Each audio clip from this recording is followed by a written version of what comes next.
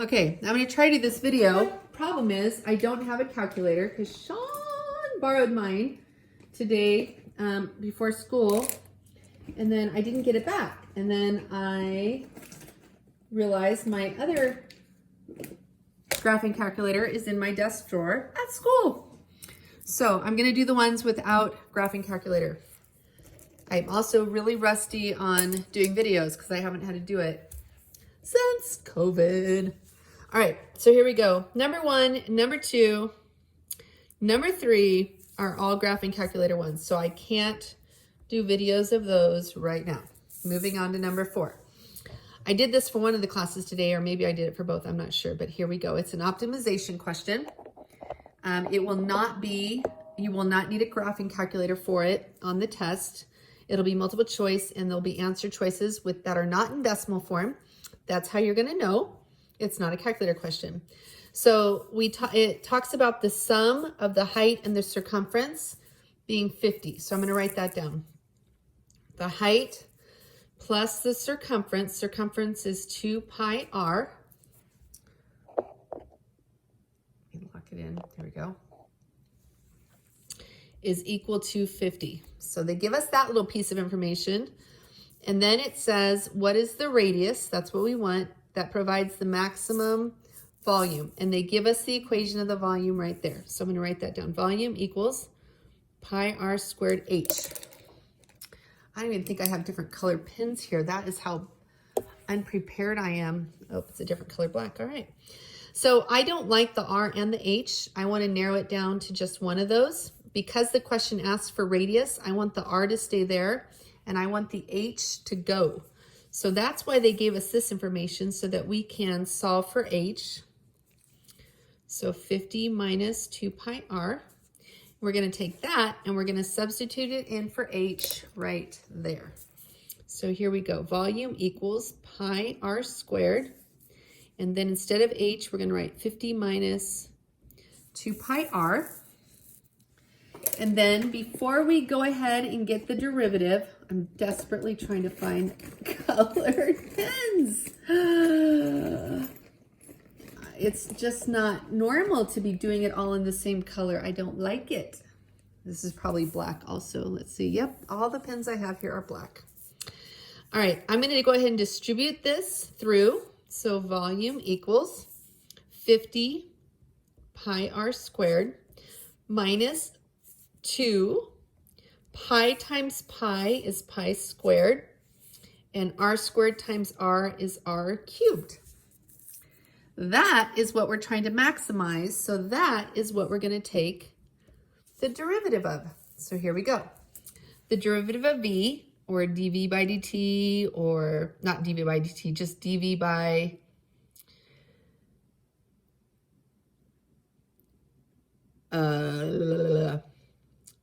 I guess dv by dx is what we would put. I don't know. Or just the derivative. So v prime, let's just go with that. V prime. It's not time because it's not a rate. It's not changing with respect to time.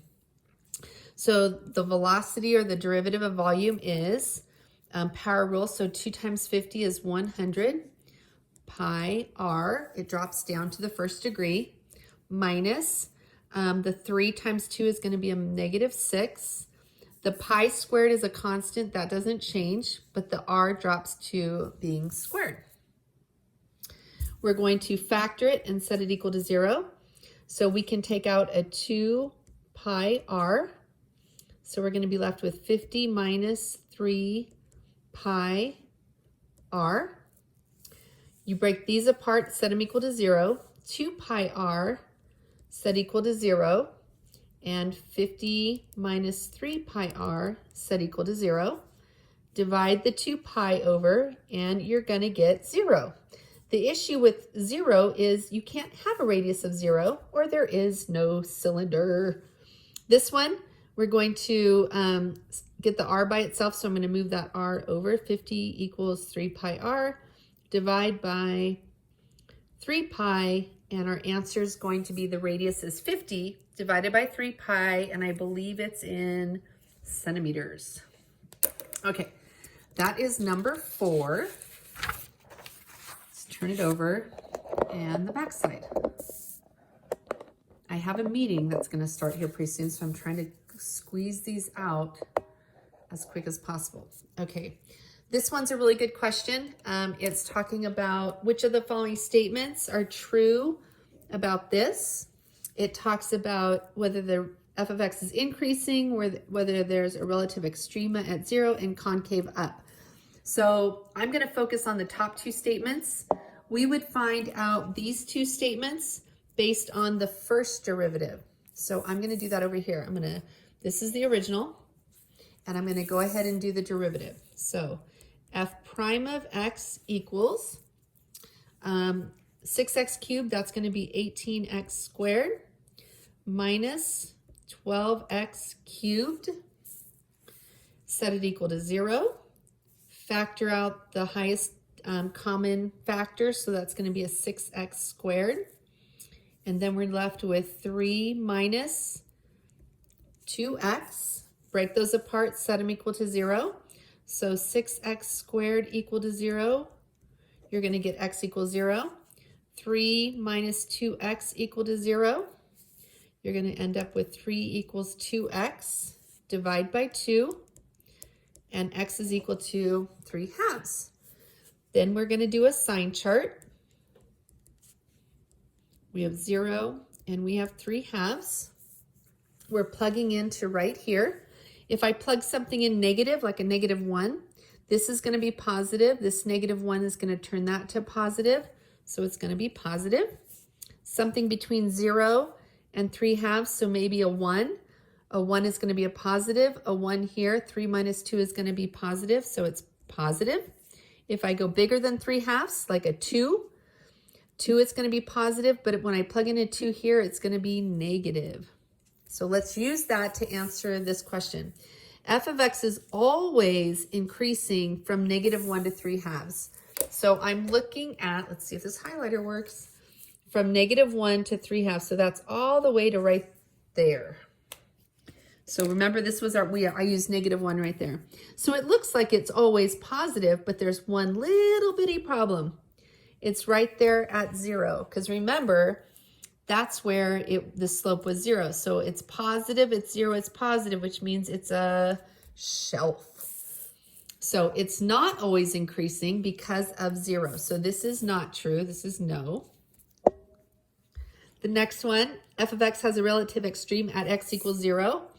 The answer is no, because it's not a max or a min, it's a shelf, so no.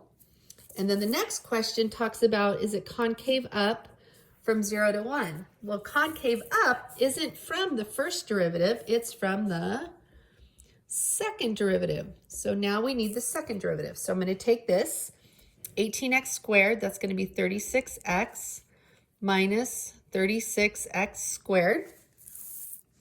We're going to factor it, set it equal to 0. So that's going to be 1 minus x. Break them apart. So x is going to equal 0 from this piece, because 36x equal to 0 is going to divide by 0, and by 36 you're going to get 0. 1 minus x, you're going to get x equals 1. Do a sine chart. And whoops, it's a 1. So up here it says it's concave up from 0 to 1. So we don't even need the ends. We just need right in between there. So let's pick something like a half. When you plug in a half here, this is positive. When you plug a half in here, it's positive.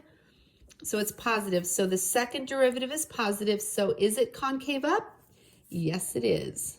So this is the only one that is true.